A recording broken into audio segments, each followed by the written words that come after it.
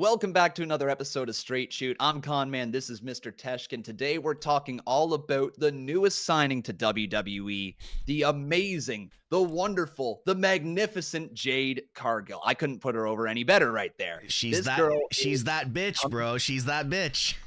She's on her way to WWE right now. We've seen her on NXT. We've seen her on Raw. I don't think we've seen her on SmackDown. We saw her on SmackDown too. We saw her at Fastlane. She's been all over the show, man. And today we're talking about where we think Jade Cargill should end up, whether it be NXT, Raw, SmackDown. We're going to give you our thoughts. So, Steve, my man, where do you think she's going? It's not where I think she's going. It's where I think she needs to go. And that's where I'm going to start with this because, yes, Jade Cargill in a photo is your perfect WWE superstar entertainer, right? She has the look, she has the gimmick, she's got the physique, she's just got everything that makes you a superstar. But there are parts to her gimmick and parts to her skill set that need an exuberant amount of work. So for that being said, I truly believe Jade Cargill has to do a run in NXT.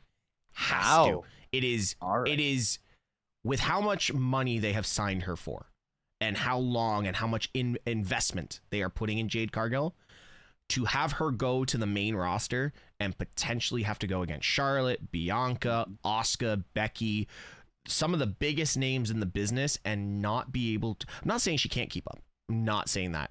I'm just saying there are holes in her arsenal. That's fair. And you don't want to see her get exposed, right? Like, that's kind of what you're getting at. Exactly. Like basically like Ronda Rousey. Ronda Rousey was exposed horribly when she came to the main roster. Couldn't cut a promo. In-ring work was good, but for a wrestler, an AEW wrestler, a professional, like a true Greco-Roman wrestler, she's great. But the rest of it was a little, So with Jade does need work on her promo skills. And I'm not, guys, do not get me wrong, I'm not shitting on Jade Cargill. I think she's an incredible signing for WWE, and I think they did the right thing in bringing her in. She needs work on her promo skills. That's evident. That is evident. When Brandy Rhodes roasts you, like, that just says something, because Brandy is not good on. This was open mic night.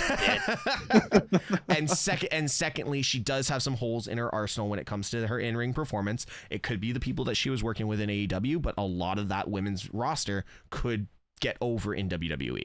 So I think a 6-month to 1 year solid run against like the likes of Tiffany Stratton, Lia Valkyria, and some of the women coming down from the main roster to help boost the main the younger talent. Cora Jade, can't forget about Cora Jade. Some of these talents are ready to go up to the main roster, but Jade still needs to work on a couple of things. So that's my answer. Long-winded, I apologize, but for me, she has to go to NXT. She has to do something down there, or be like a tweener, still showing up, but you are an NXT superstar at this point. What about you, Con? So yeah, like, I get your points right there. Like, you bring up a lot of great points.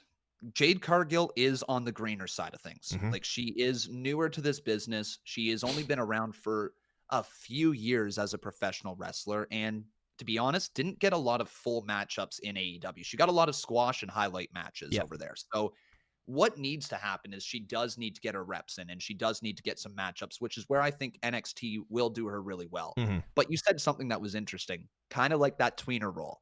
I think that she should be the biggest free agent of all time in WWE and go across the 3 brands until she finally lands on one. Now, I think her big potential is obviously on the main roster. Right? Like, she is impressive. The machine could get behind her 100%, present her in a whole different way than they present anybody else in the women's division.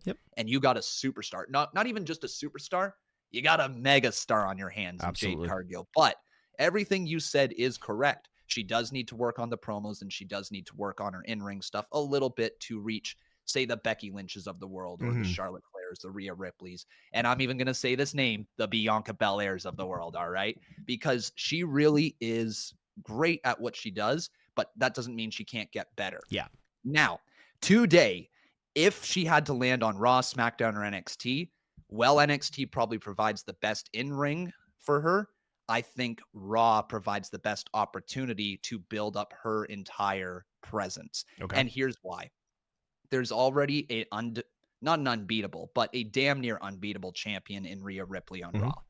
And you also have another big girl in Nia Jax, who has been imposing since she's come back. You also have Raquel Rodriguez. And then you look at the other side of things, you have the smaller talent that she could work with. A Candice LeRae, a Nikki Cross. You've Liv got some Morgan names when she comes back. Say again, sorry? Liv Morgan and Alexa Bliss when they come back. Yeah. So there's some good names for her to work with on Raw. And I think the biggest match they have available is Charlotte Flair versus Jade Cargill, which would be on SmackDown. Yeah. So keep them away until you're ready to touch that match. Oh, yeah. Right? Because that is a mega money match. And then Bianca Belair as well on SmackDown. That's a mega money match between Jade and Bianca. So again, I'm long-winded in this one, but I think that Raw is the best place for her to go because that's where she will be presented in the biggest way possible. Understandable. And a lot of people are talking about the actual women's world champion reign for Rhea Ripley. And it's not really lived up to Rhea Ripley's standards. But the biggest thing people need to understand is Rhea Ripley's been unfortunate since winning the women's world title. The women's roster on Raw has been depleted. Like the injuries, the releases, everything that could have happened to make her run look horrible has happened. That's why she's had to focus on the men and Dom and the rest of Judgment Day and really force that storyline because she's had no one to go against. Now, is that poor booking? Yes. Yeah. Because you could have pulled from NXT. You could have pulled from SmackDown. You could have hired someone. Like, you could have pulled someone from... You could have just built up the Raw roster a little more. There's some great talent on there already. Exactly, but you look at the injuries that we've had. We've had the injuries to... Well, obviously, Nia Jax wasn't there. Had the injuries to Raquel, the injuries to Liv. Alexa went pregnant.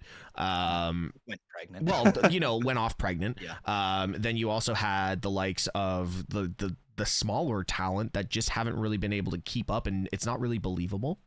So yeah, and that's where they're misbooking this division because you have all these giants available, and there is nothing more compelling in wrestling than a David versus Goliath matchup. Yeah, there isn't, and if booked right, Candice LeRae could be almost like a Rey Mysterio of the women's division. There's no reason she couldn't be. Absolutely.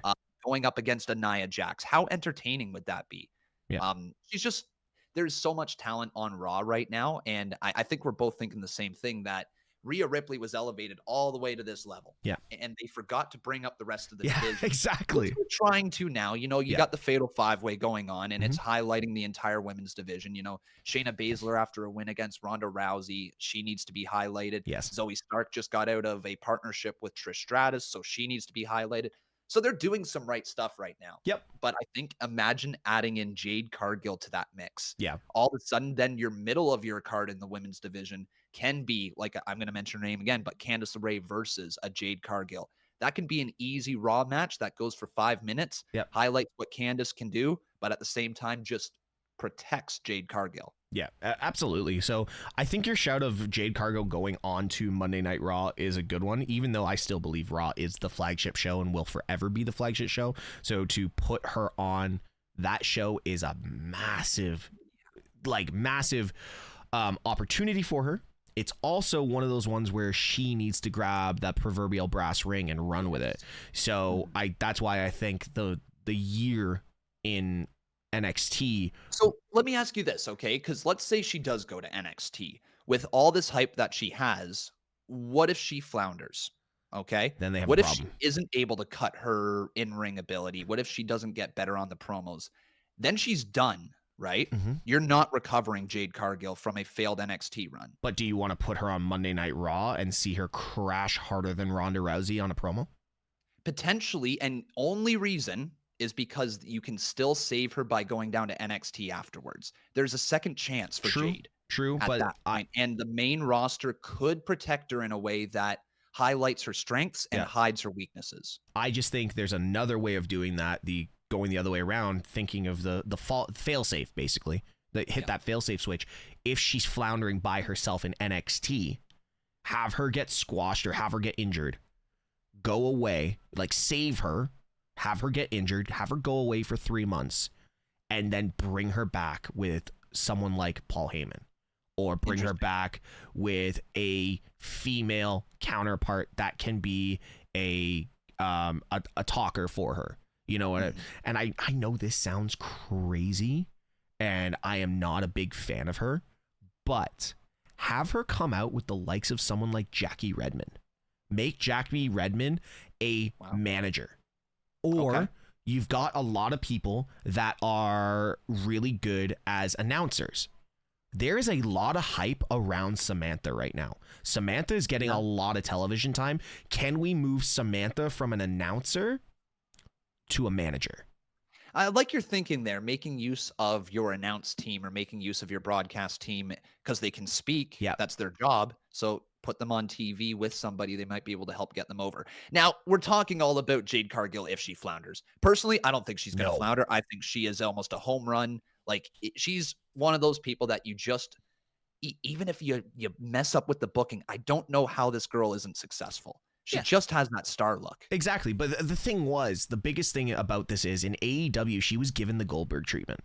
And that's the thing that scares me, because she was never given that real 40-minute match, like promo, entrance, run for like a good 28-30 minutes in the ring, and then come out on top and still look like $1 million without mistakes. There was many mistakes in many Jade Cargill matches. Now, I'm not saying it was Jade. I'm not saying it's the other talent. I'm just saying it was noticeable.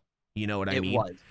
And I will say this about Jade Cargill with that run is it was extremely noticeable at the start. Yeah. Towards the middle, it got hidden off of TV a bit, like it wasn't really presented in a big way. Then towards the end, she started picking up. I think of the matches against Taya Valkyrie. Yep. I think of the matches against Chris Statlander, her final 2 matches. Yep. Those were all good matches. They were. And that to me got me excited about what's to come in WWE, because it showed that she can go in the ring. And her transition. Oh, I also think about the transition against Sky Blue, where Sky Blue jumped up on her and she flipped her around and hit her finish. Jaded, I think is what it's called. Jaded, yeah.